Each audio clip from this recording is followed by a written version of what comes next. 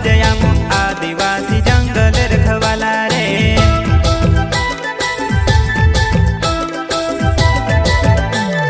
चल जंगल जमीन काजे पूजे रे आदिवासी दुनिया ने रखवाला रे। बाप देव खतरी काज पूजे रे आदिवासी सबसे निराला रे।